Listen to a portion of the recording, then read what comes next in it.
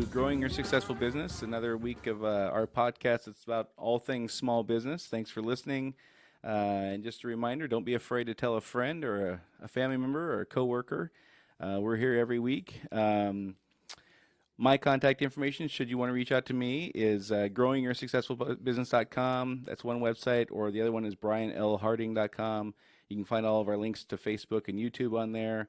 You can shoot me an email at brian@brianlharding.com. And today I'm super excited to have Sean Ottenbright with me from Freedom Boat Club. And for those of you who don't know what Freedom Boat Club is, I'll tell you as a proud member what that's all about here in a little bit. Sean, along with his wife Tracy, they're the owners of the locations in Tacoma, Bremerton, and now Tacoma, right? Oh, yeah. Olympia, I'm sorry. Tacoma, Bremerton, and Olympia. Sean's contact information, I'll get that to you a couple times, but the phone number is 253-414-0155 or Puget Sound at freedomboatclub.com. And you'll be happy to hear they have a 5-star rating on both Google reviews and Facebook reviews, which is pretty awesome. That's you don't hear about a 5-star rating on both of those very often. I'll give you a brief history of Sean's background, and then I'll let him kind of expand on that a little bit more. Sean was a CFO, Chief Financial Officer, for the Hewlett-Packard Company's marketing division. So we're talking a Fortune 100 company, many years, not every year, but a lot of years, a Fortune 100 company. So pretty decent credentials there, I would say. Most folks would be pretty impressed by that, myself included. And you kind of had a reputation there for being a hatchet man, if I remember right? You, I did in the last few years. Yeah, because you were there kind of at the tail end of the nasty recession and all that kind of stuff. And I always kind of, whenever I think about that, I always picture them playing the Star Wars Imperial March song when you walk into a room and here comes Dr. Doom and all that good stuff.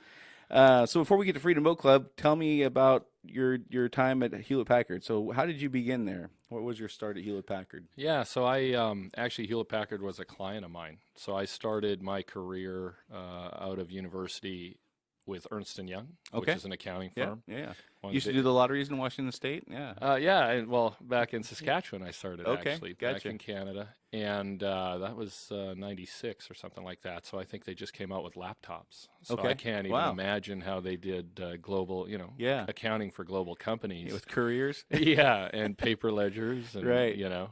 So that was pretty interesting. So that was kind of the start of my career.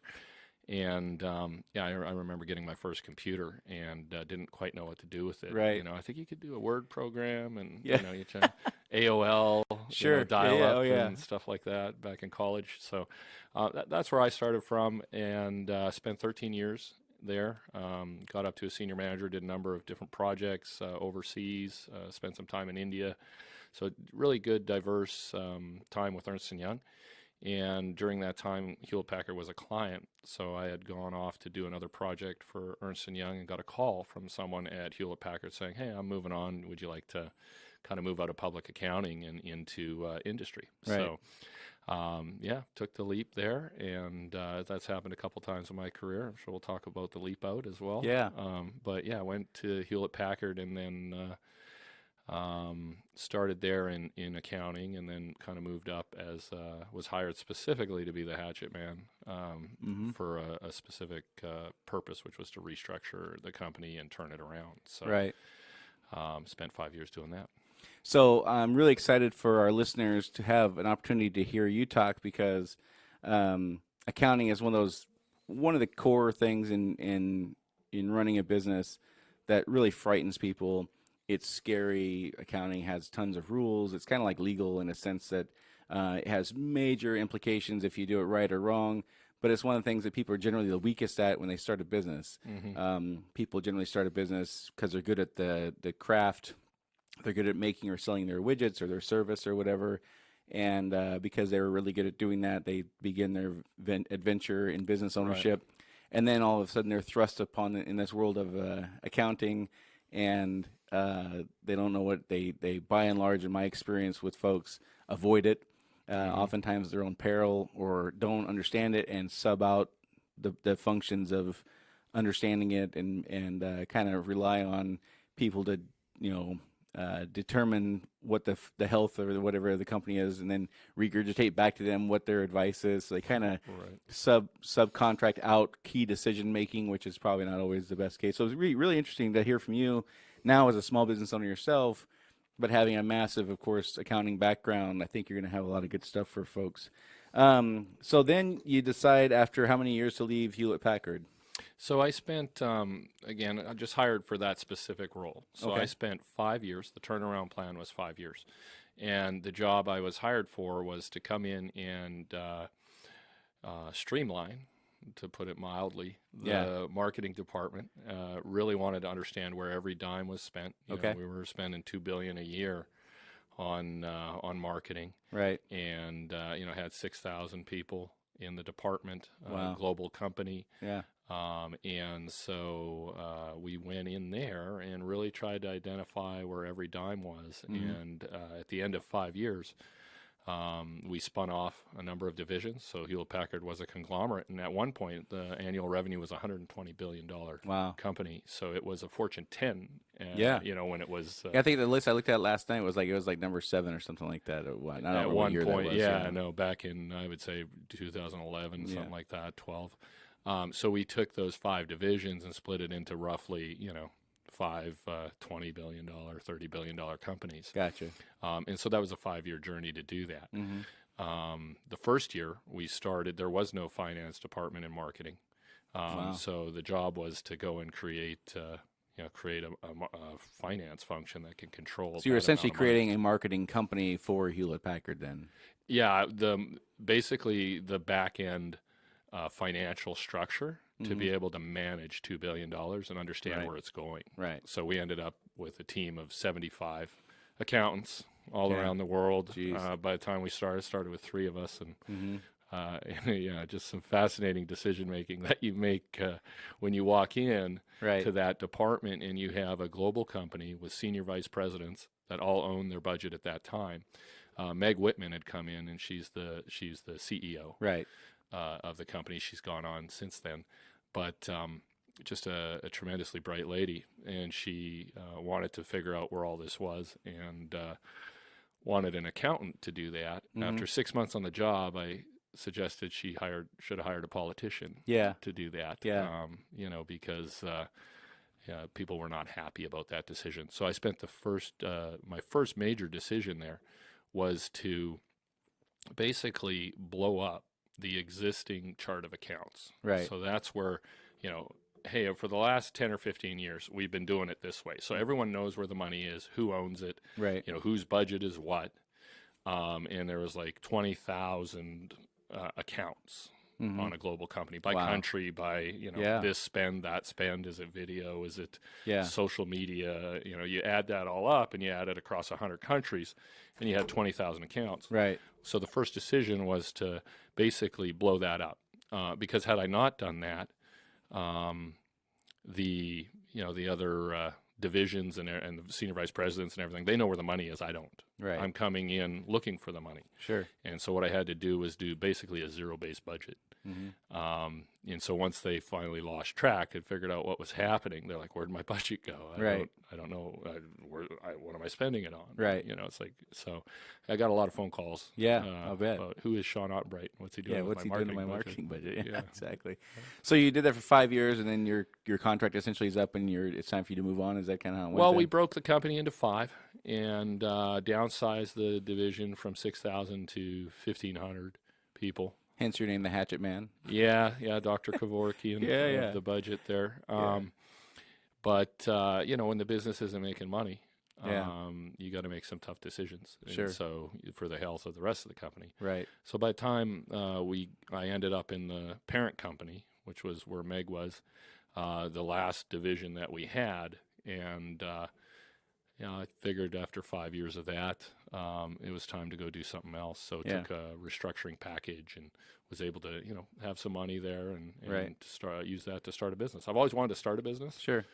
I had a small business when I was in college. Okay. For a couple of years selling smoked salmon. Okay. Well, selling no name brand smoked salmon in Vancouver, Canada, was a bit of a challenge at 18 years old. Sure. So what I did learn from that experience, though, was hey, I really need to understand how to grow a company. And that's what took me into accounting. Yeah. And so it was time to go back to, you know, what I originally went back to school for, which was I really wanted to start my own business one day. Gotcha. So how did you decide which business to pick? So for you ended up with Freedom Boat Club. What was your process in figuring out what was a good fit for you and your family? Yeah, so it was, I think, like May 25th when I left Hewlett Packard. Of 2017? Of 2017, Mm-hmm. yep. And I was looking at franchises, different businesses. I was considering boating, Mm-hmm. you know, as a boating business. I thought I'd start my own. Right. So Because you're a captain or a pilot or yeah. So in college I commercial fished. Okay. And I went to University of British Columbia in Vancouver. Spent the Mm-hmm. summers, 3-4 months a year of the summers, going up and down the coast between Vancouver all the way to Alaska. Okay. Just kind of fell in love with it out there. Yeah. It was a pretty neat experience. Horrible job.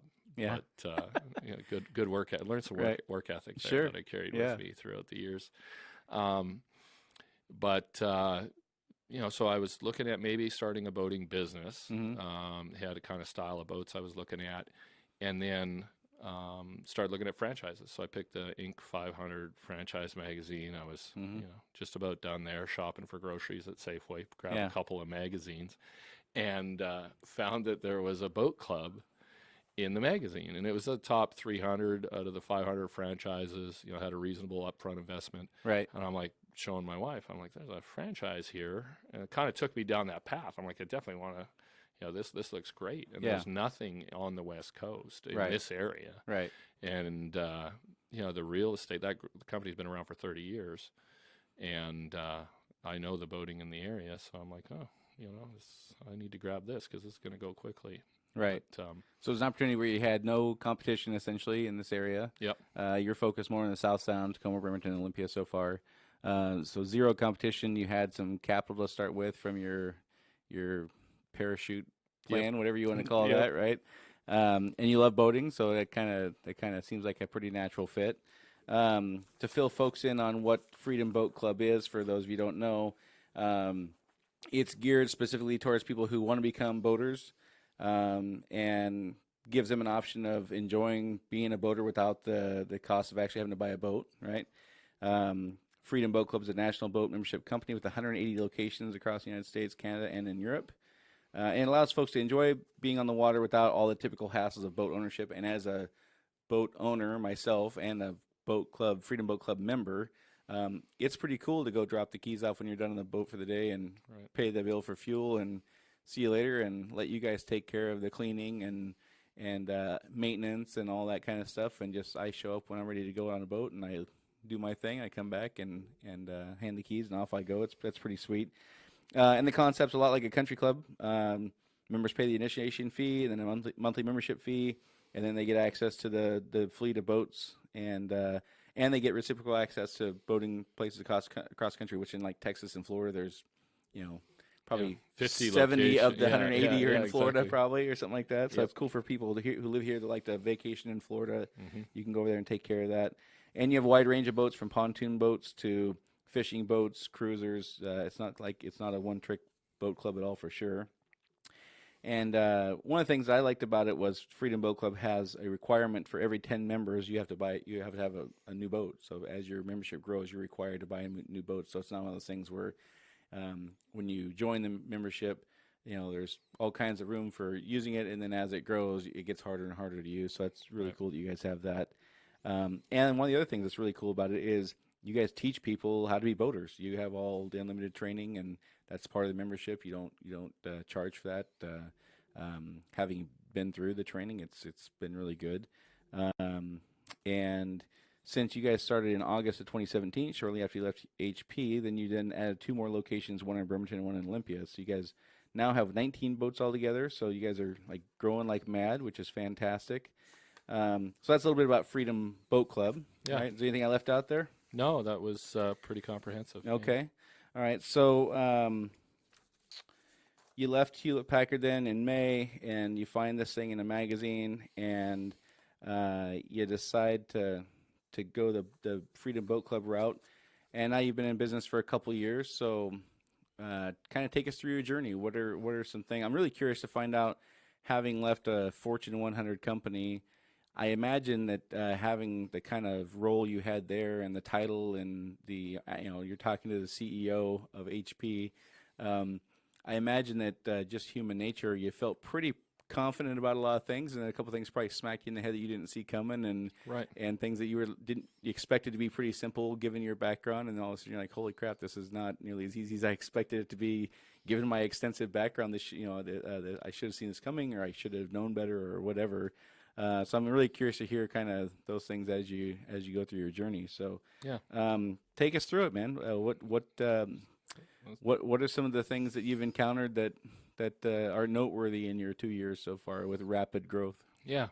I guess I'll start just kind of at the beginning, because a lot of people starting a new business, hey, how do I get started? And I Right. got it's complex. I got to get these, business licenses, and I got to, Mm-hmm. do, this, and get the accounting set up, get bank accounts set up. Yep. It's that whole setup thing that Yeah. is a big hurdle for a lot of people. It's like, well, I did that in 2 days. Right.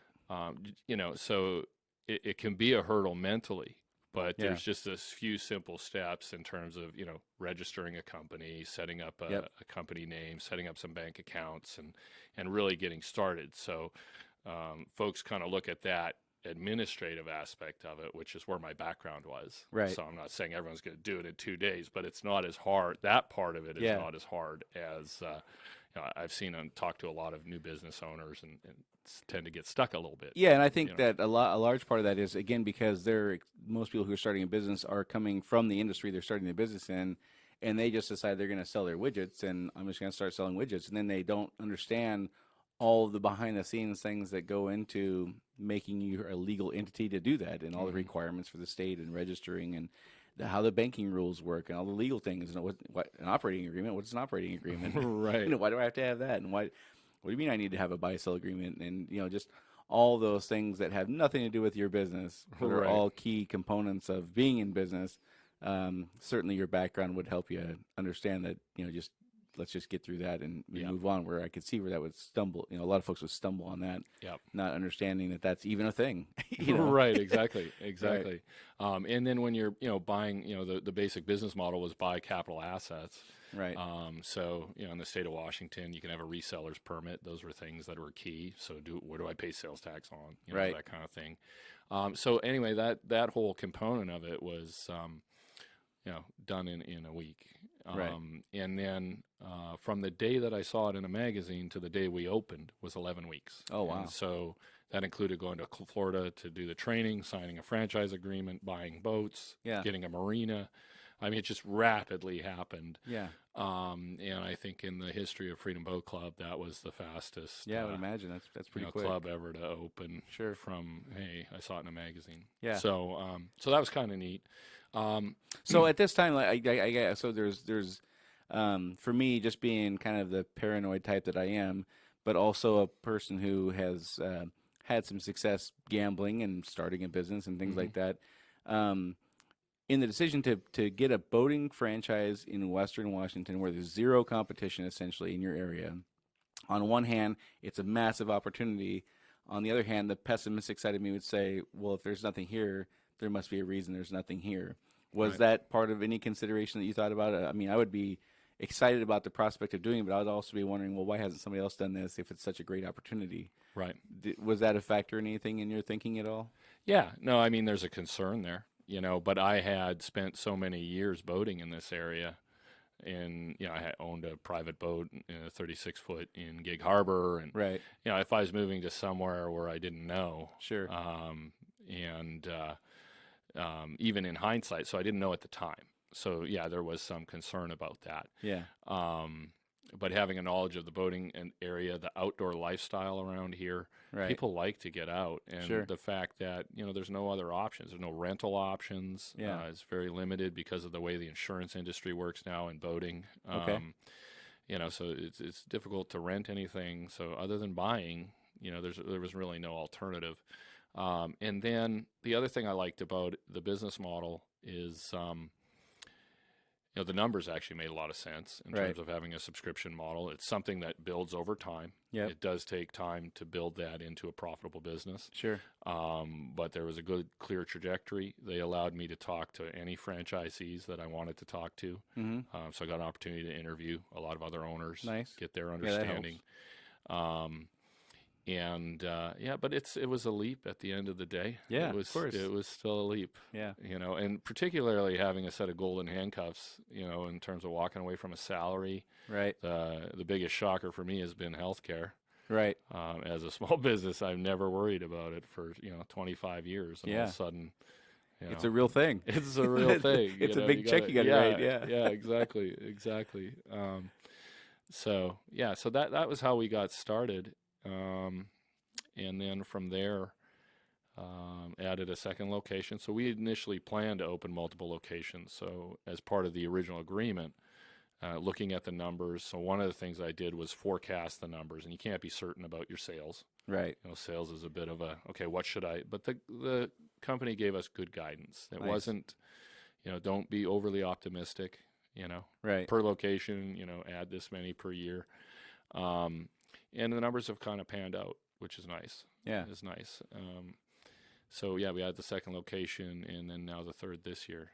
So does and I know some folks who have purchased franchises and are super excited about it, and I know some folks who have been franchisees and are not so excited about it. There's definitely pros and cons. One of the massive pros is they give you the blueprint, they give you the roadmap, and one of the massive cons is in that once you establish yourself, you're kind of running your own business, but you pay that residual forever. Right. And some folks kind of begin to think, well, I've kind of paid for my education and now this is mine, and I'm not really taking that education in so much, but I'm still writing a 2% check or 5% check or whatever it is at the end of the month.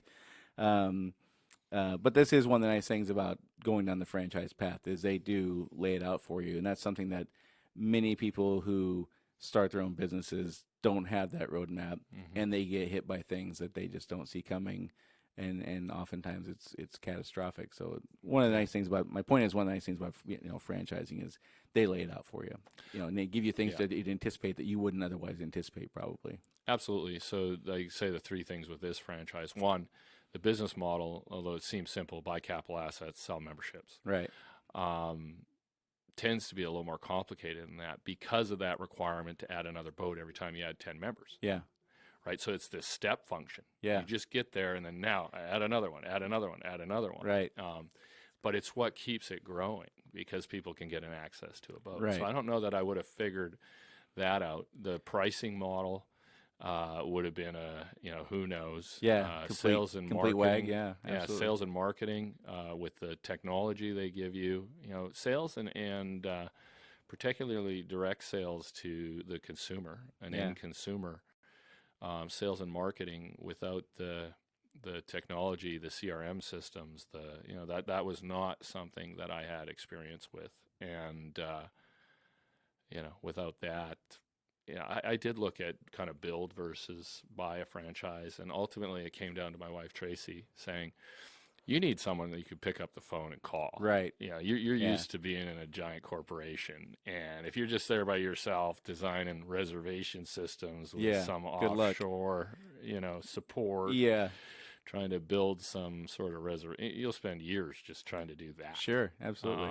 And she was right. So it's been fun to work with a lot of other franchise owners. It's a fun business. Right.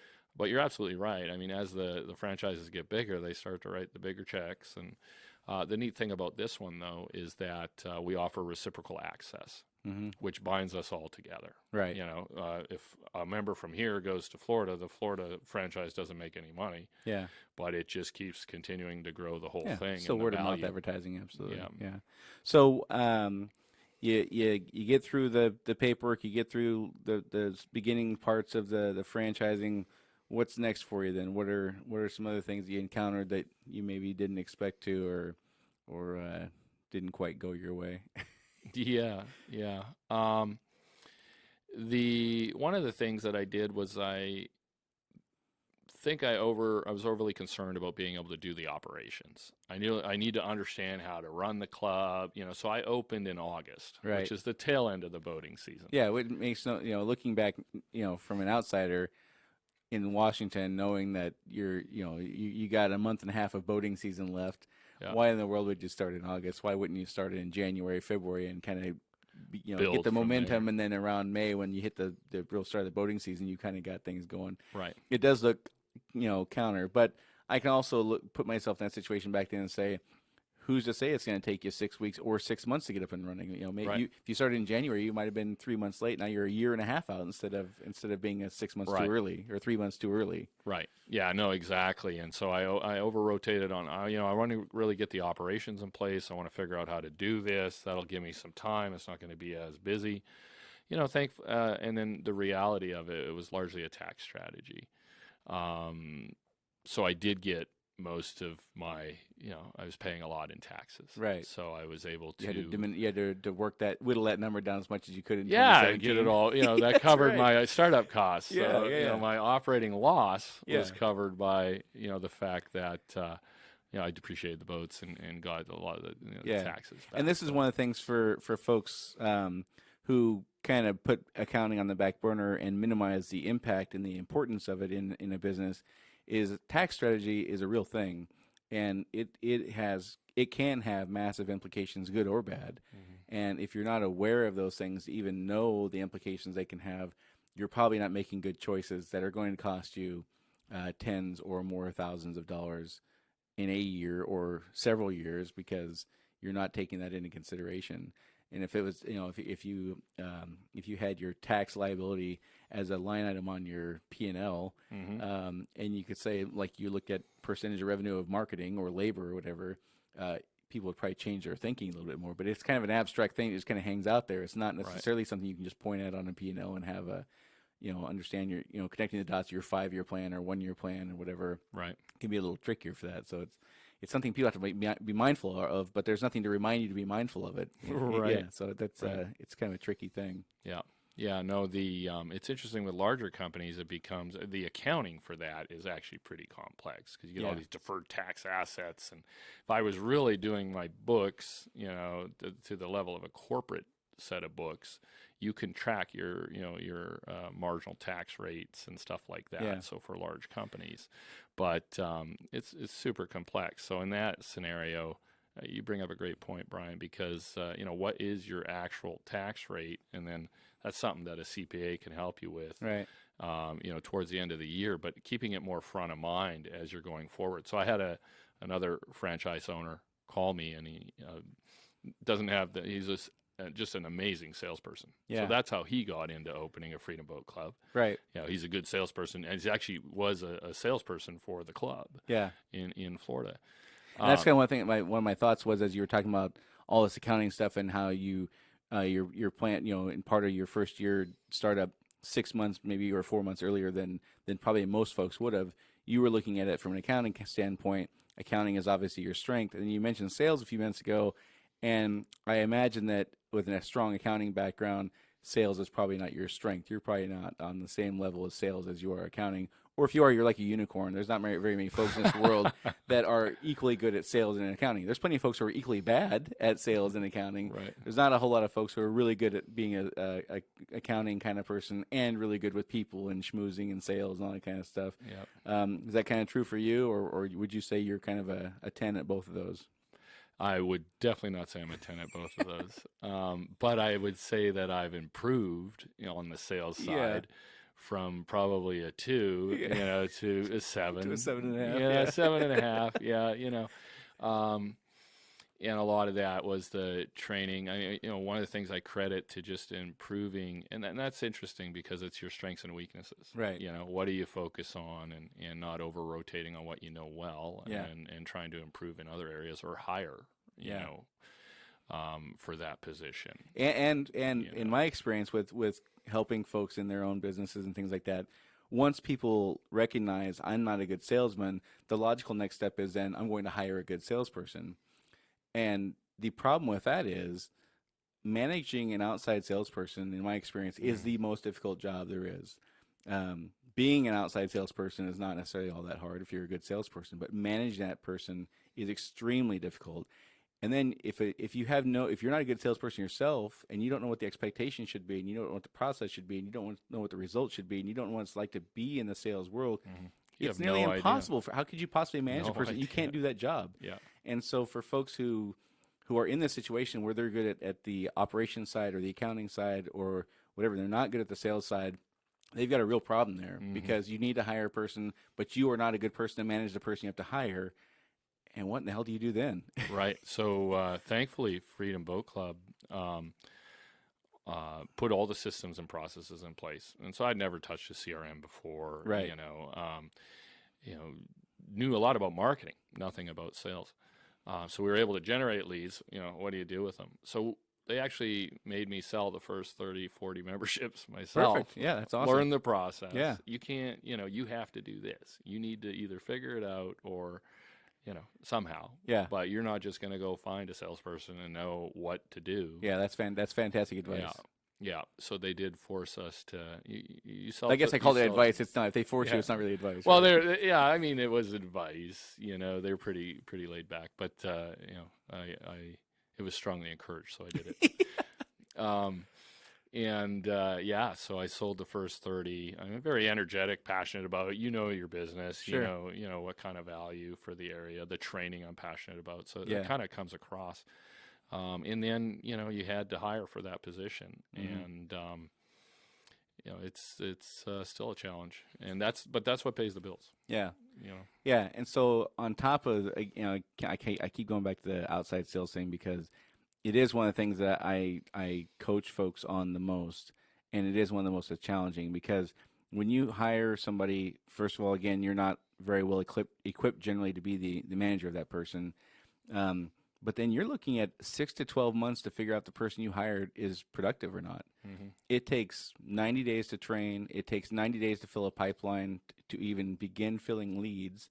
And you're 6 months in before they even kind of get equipped procedurally, know the product, and have a pipeline full to see if they even begin converting. You're 6 months in before you can even start measuring their conversion rate and their success rate. And then you need to give them probably 3 to 6 months to figure out, once you start measuring those things, how to make improvements if necessary or whatever. So you're looking at, depending on the industry, you're looking at a $60,000 to $100,000 investment per time you hire somebody. That's not a small number to play with when you're just starting out or a year or two old. And so not only is this a complicated problem for folks to have, it can be a make or break problem for folks to have. It's absolutely essential to have that right sales process in place, and the right person. Yeah. And we've been fortunate. We've gotten a good salesperson. Didn't start out as had sales in the background, and then had some marketing background and stuff, but really well-rounded. And for our business at the time was a good fit. Yeah. So, but at the same time, I recall we had this conversation before. Yeah. And one of your advice was, as an owner, you can't let go of the sales. Right. And so, in fact, when it's a difference of 3 or 4 or 5 more sales a month, that makes a huge difference at the end of the year. Yeah.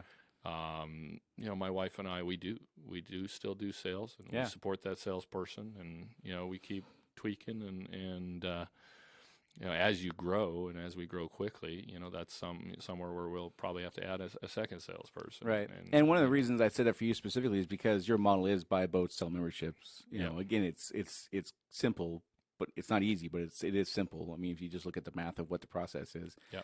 And as the market changes, good or bad, in for your potential customers, if you aren't tuned into what that sales process looks like today, and you're not empathetic or supportive of the situation your salesperson's in, you're going to make terrible decisions as a sales manager.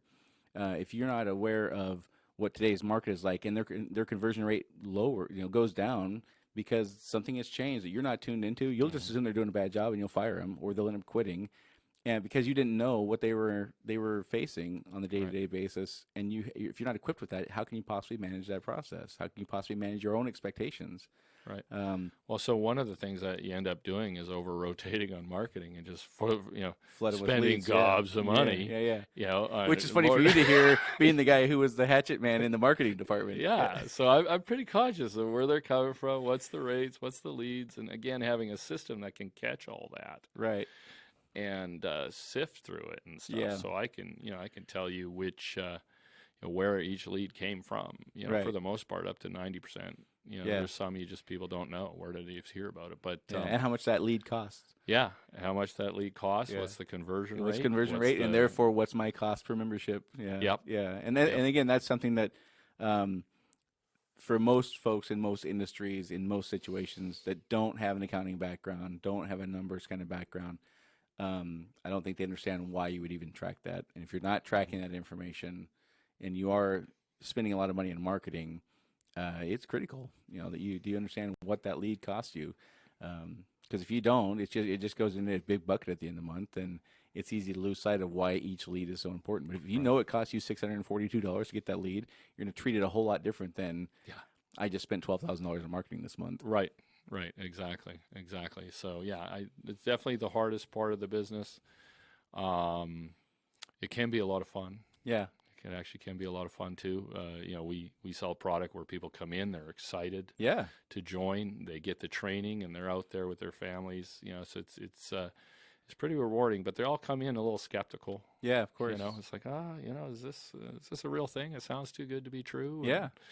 Well, in today's world, we've all been burned by things that sound too good to be true, and they in fact are. So it's just kind of, we're all kind of being.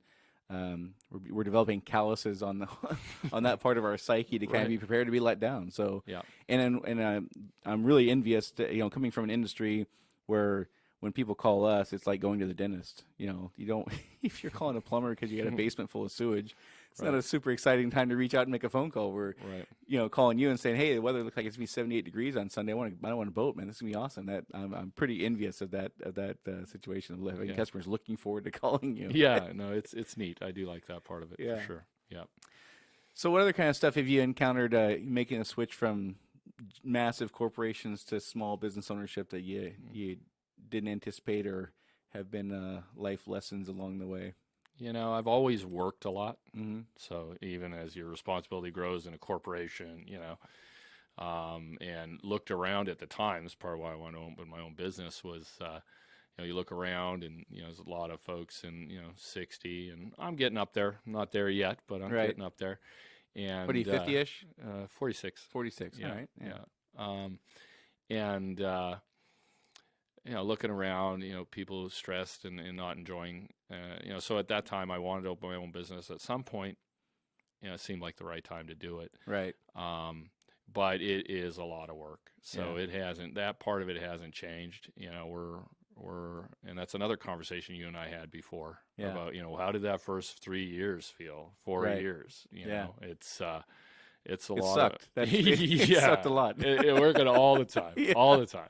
And the way I look at it, or the way I discuss it, with members and stuff like that, is it's my job to take care of your recreational time. Right. It's a value commodity that people have, and I take that commitment seriously.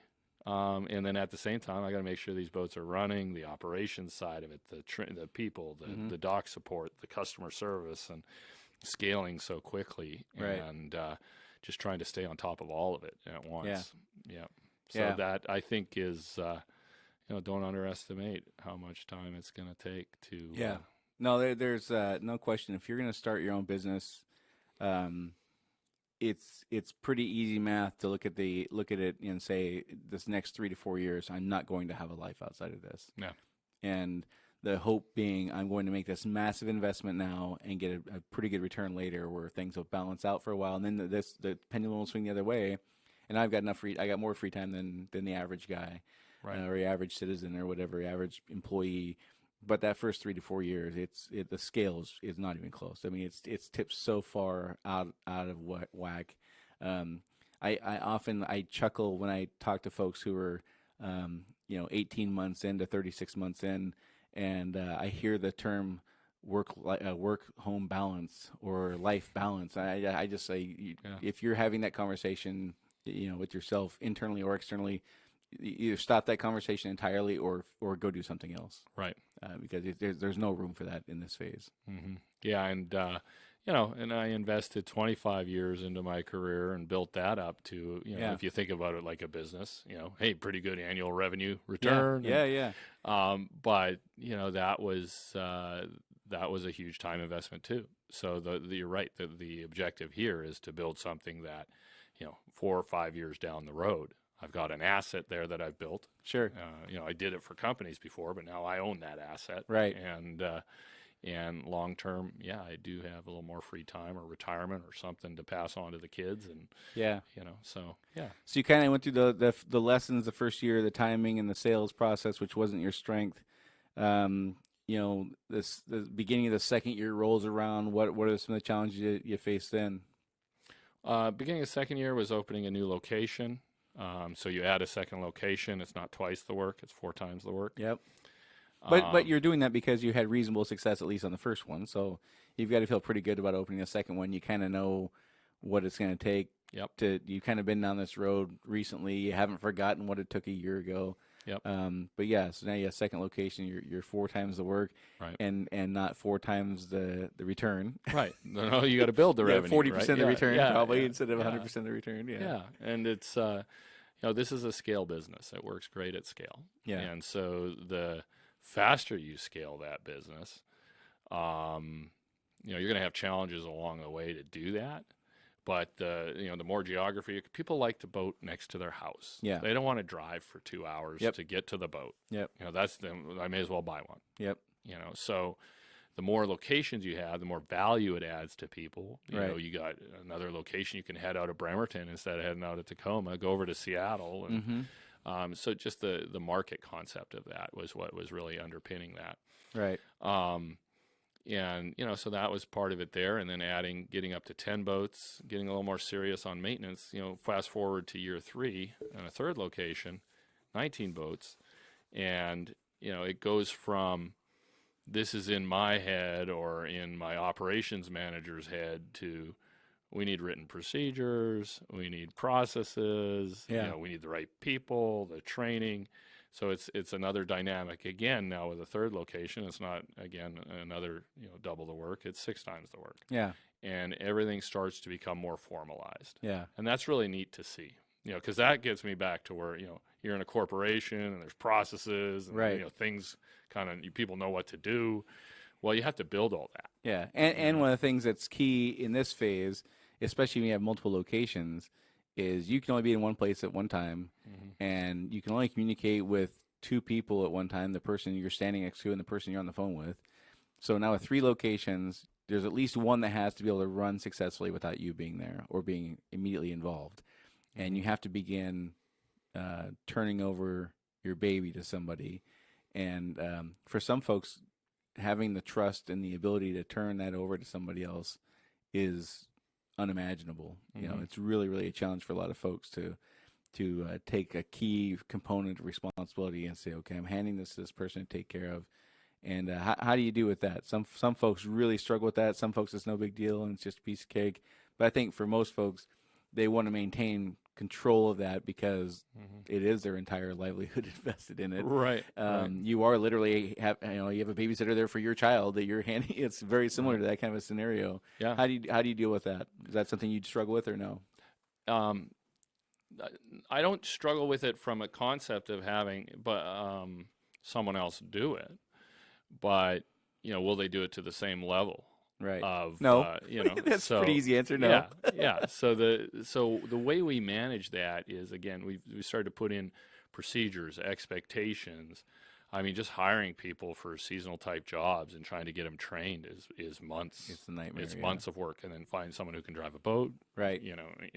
So you got to teach them to drive a boat. You got to teach them to do this. You got to teach them about the safety. These are things that we need these people to know to be able to communicate with members. Right. At the end of the day, it's the members that we're taking care of. So one of the eye openers this year for me was I've spent a lot more time on the dock. Yeah. Down with the frontline employees. Right. So I don't have to be in that location all the time, but getting to know the people that are in that location. Yeah. what are they doing? Yeah. And why are they doing it? Yeah, having another way you can manage some of that is having call rail or something like that, recording the inbound calls and stuff. So periodically being able to hear what the customer's hearing, what the prospect's hearing. Yeah. Does that sound like things are going okay? So there's ways that you can still keep tabs on what's going on and make sure that it's meeting that level of service without having to be there 24/7. And you bring up a great point there.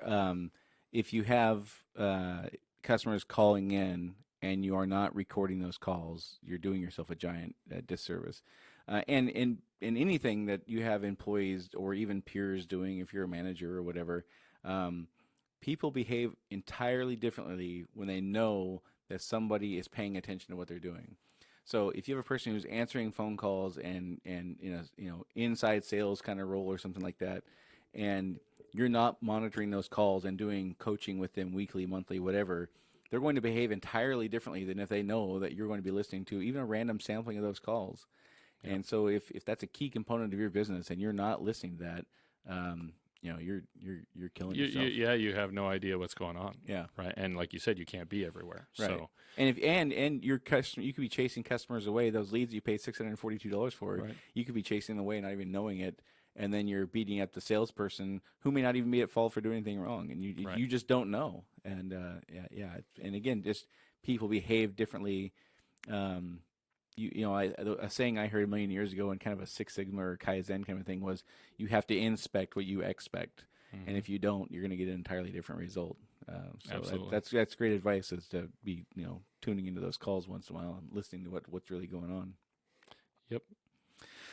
So we're just about out of time here. A couple things I want to ask you with your pretty extensive accounting background. For folks who again aren't, accounting is not their strength, they don't understand it, they don't like it, whatever. Give us, what are 3 basic fundamentals people can start with if they don't know a lot about accounting? What are 2 or 3 or one thing? Just give us some ideas on what to key into in the accounting side, or what to focus on educating your, if you're not going to go to school to become a CPA, which I wouldn't recommend for most folks. Not at all. What's one piece of it you need to really focus in on to make good decisions if you're a business? Yeah, I would say a lot of people focus on the bank account, right? So do I have money in the bank or not? Yeah. When you're first starting. Right. Right.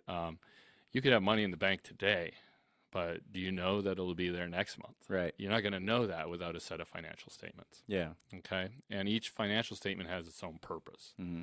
So a lot of people will understand a P&L or a profit and loss statement, that is a statement that says, okay, here's the revenue that I brought in. Here's the cost or the expenses. Mm-hmm. So here's my payroll, here's my rent, here's all the other things. Maybe it's the cost of the item if you're selling a good. Right. Here's what I bought it for. Here's the margin that I make on it. Yep. So you have cost of goods sold. So just understanding, the financial statements, and there's ways to, there's a book you can get on that to understand what is a profit and loss statement. What can I expect to see from that? What is a balance sheet? Because a lot of times I'll get calls from other, even, boat club owners or other business people. And it's like, my CPA said that, the boat payments are on the balance sheet. What's that mean? I can't see it. It looks like I'm making money, but, I look at my bank account and so then I explain the fact that you have, we finance the boats and the interest expenses in your P&L. Yeah. But the principal payments are on the balance sheet. So go over and look over here in the reduction that month in your liability. Yeah.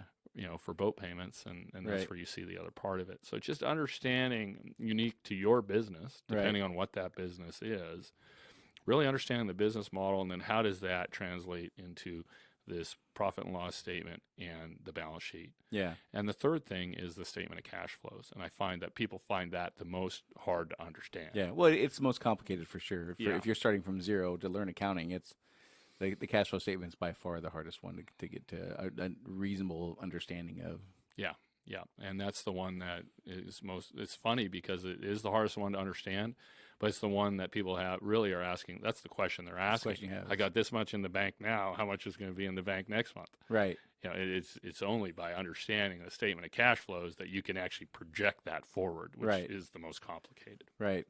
So it sounds like one of the things you would recommend for folks is getting a grasp of some kind of cash flow analysis or forecasting tool to understand where you're going to be next month, because you don't want to be at the end of the month and have $148,000 in bills due, and you've got $62,000 in your checking account, and A, not having the money to pay the bills is a massive problem, but B, not understanding how you got there is probably a bigger problem, right?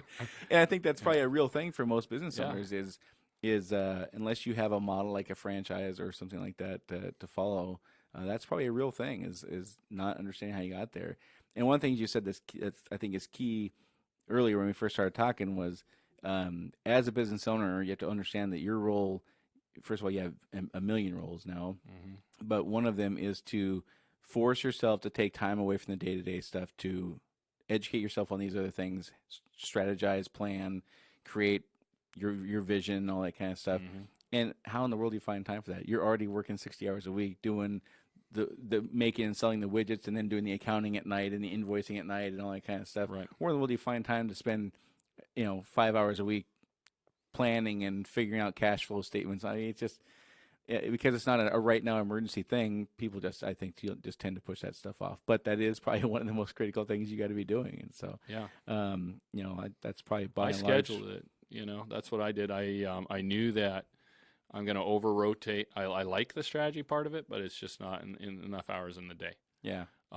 So what I did was join a group of actually the franchise provider is Freedom Boat Club owners. Yeah. So 20 of us get together 3 times a year, monthly submit our numbers. We're able to compare our numbers across each other. How are we performing? Right. How many memberships did you sell? What's the best idea? We have this little contest. What's the best idea? Yeah. And everyone puts some money in the pot each meeting 3 times a year, see who comes up with the best idea. But it's just the fact that we're generating ideas. And here's some new stuff. Here's what I've been thinking. Here's what I've been struggling with. And you can do that in, I think something like even listening to this podcast. Right. Talking with other business owners, the experience I've gotten, the people I've met at Ignite U, and, other networking groups, and just getting to know other business owners, part of the chambers. It doesn't have to be a 20 group, but, it's a group of, other business owners that you can sit down with and say, learn something. No, I would definitely I can't imagine there's any industry where there isn't an industry association that's across the country where you can't get together with people annually or quarterly or monthly via Zoom meeting or something like that, right. And just and each bring in your own strengths to the table, and so I would recommend for anybody join an industry association to help you kind of get through that stuff for sure. So you started 2 years ago. You're off to a rocket start. You have 129 members now. Is that right? Yeah, somewhere in that neighborhood. Less than 2 years. That's pretty phenomenal, I'd say. That's because we're not talking about a mortgage payment here, but it's not $40 a month either that you're selling memberships for. Right. So I think that's pretty remarkable. What do you attribute that part to? So you've had success in that area. What's your secret on that, you think? I think it's a good business model. We offer a good product. We did buy boats that are good for the area. Right. You're not just a bunch of, low end, it's something you can go out in and feel safe and confident. Yeah. I think the training has been a big part of it. A lot of people that are out there looking, it's around the market conditions and what we're offering. I mean, the trend is towards not owning big capital assets. Right. So being on that was another part of the decision to, this actually makes sense as a business, even though it's not here yet, is, you look at those books like Megatrends. I remember back in the 80s or 90s, looking at these Megatrend books and being on the right side of that trend. Mm-hmm. For future growth, and looking at when I started we had 115 locations. It's not just been the growth here locally, it's been the growth that we're at to 190 locations in 2 years. We just got purchased by a major corporation. So I feel really good about the fundamentals and why it makes sense in today's economy. That it fits a need, and millennials don't have big yards to store boats, and they're not going to buy houses as much as condos, previous generations. So all those aspects to it, I think have helped. And the economy, turning around the last 10 years certainly didn't hurt. Absolutely. The interesting thing about this business is it works good in both an up and down. Sure. So as an accountant, one of the things I looked at before investing in a business, because I always said, businesses need accountants, whether they're growing or downsizing. Right. And I've been on both sides of that. Because you still need to manage that process. Right.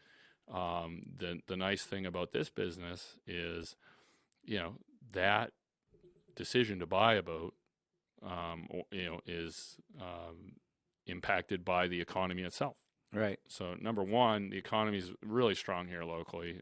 Really fortunate to be where we are. Yeah. And then the trend here is the economy here takes a little longer to get started than it does on the East Coast. Yeah. They'll take 3 years to slow down. Right. More than the East Coast. So you just watch the East Coast and you say, okay, I got another 3 years. Right. And when that starts to turn down, which it will, there's business cycles. Yep. Then, folks that still want to get out and enjoy their recreational time, that's not going to change. Right. But what changes is, I can do this for this amount of money, and I don't have to make that big capital investment. Maybe interest rates are 12% at that point in time. Right. There's another factor. So they start jacking up interest rates, economy slows down, and all of a sudden it's more expensive to buy. Right. And it looks more attractive to let me pay the interest expense. Absolutely. Yeah. Great stuff, man. I really appreciate you coming on. Again, if you want to get a hold of Sean, you can call him at 253-414-0155 at the Freedom Boat Club in Tacoma, Bremerton, and Olympia. Or you can reach out at Puget Sound at freedomboatclub.com. Or you can come see him in person, the Foss Harbor Marina in Tacoma, the Bremerton Marina, or the Swantown Marina in Olympia. Thanks again, man. I really appreciate you coming on. You brought a ton of great information. I'm sure that folks listening were able to glean a lot from this. For those of you listening, if you like what you're hearing and you're interested in sponsoring our program, that would be awesome. You can reach out to me at brian@brianlharding.com. Next week, we're going to have Joanne Mitchell-Sandberg on to talk about her 30 years of running a carpet cleaning business and now a remediation business, water restoration kind of business. It's going to be fantastic to hear from her. And that's all for today. Thanks again, Sean, for coming on. You're absolutely awesome. And we'll talk to you all next week. Thanks for having me, Brian.